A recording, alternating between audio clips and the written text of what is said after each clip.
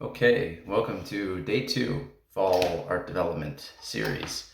And so today, again, we're going to be working on process.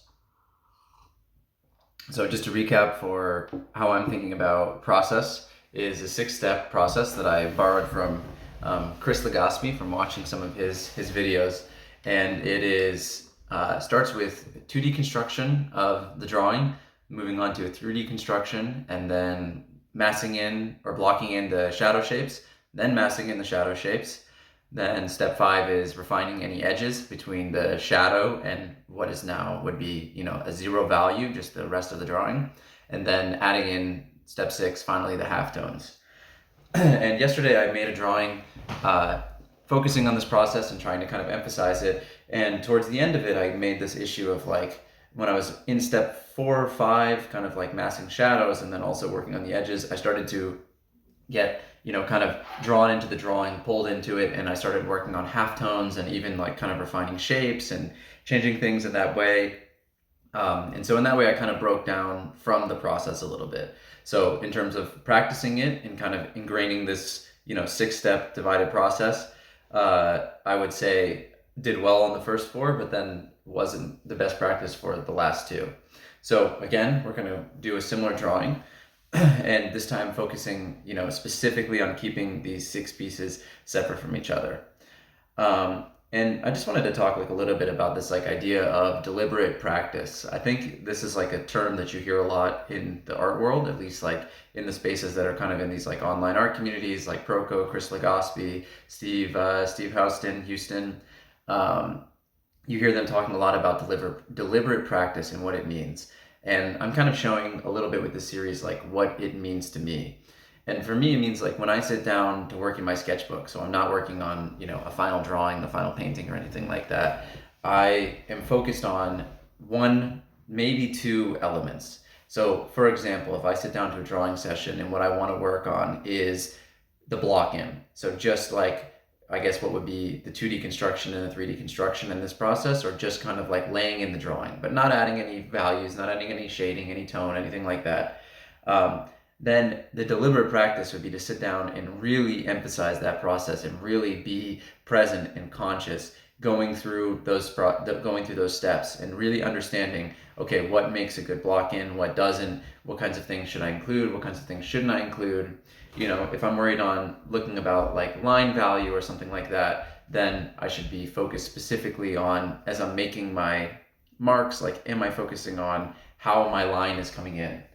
And so, I think like this is not discussed as much and probably needs to be discussed a bit more, because I don't know, there is always value in sitting down and just taking out your sketchbook and drawing whatever comes to mind or whatever you're thinking about in that moment. But the real value from practice comes from this deliberate, focused effort. And there is a difference that you start to see once you actually start to implement and practice these things.